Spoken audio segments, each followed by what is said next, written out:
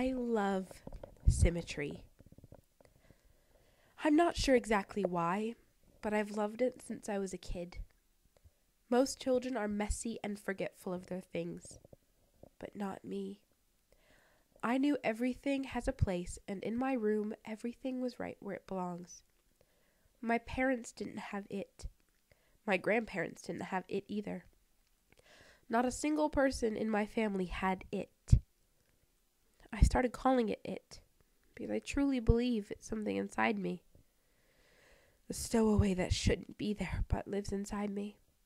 It's a need, a desire, a longing to be perfect. Perfect on both sides. As an adult, I'm at the point where I can't live my life normally. I can't keep a job. Men don't stay with me because they can't handle it. Honestly, I don't care when they leave. They're messy and make things difficult. They roll over onto my side of the bed instead of staying on their own. They leave dishes in one side of the sink, but not the other. I can't work anymore, so when they leave for the day, I have to stay home and fix everything. It's a relief when they leave for good. That feeling never lasts, though. Eventually it comes back and finds something else that needs fixing. You may be asking, why would I seek out relationships to begin with if I can't stand them? Well, it's hard for me to sleep in the middle of the bed without moving. Other than the relationship problem, my life is pretty much in order. I say pretty much because there is one last issue that must be dealt with.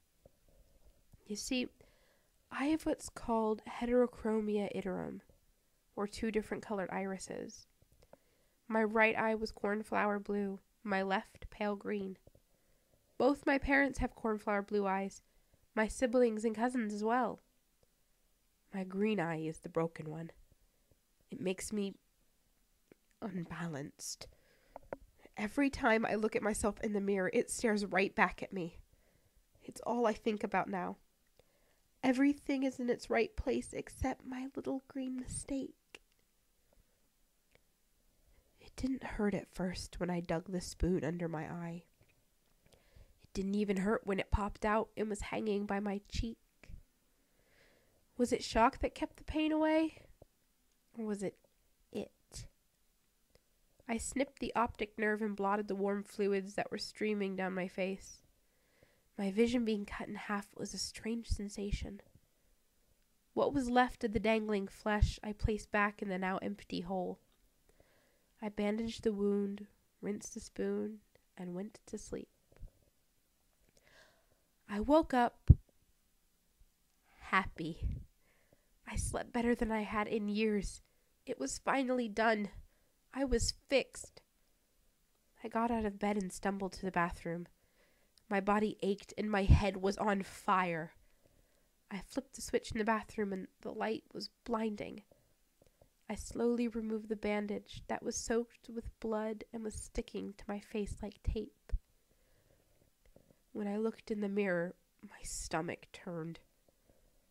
Only then had I realized what I had done to myself, and I couldn't believe it. There was a hole in the left side of my face, but not the right. I was unbalanced. Again. It was much harder digging the second eye out. My hands were shaky, and when I dug the spoon in, I missed several times, puncturing my pupil 3 times before I got it in the right place.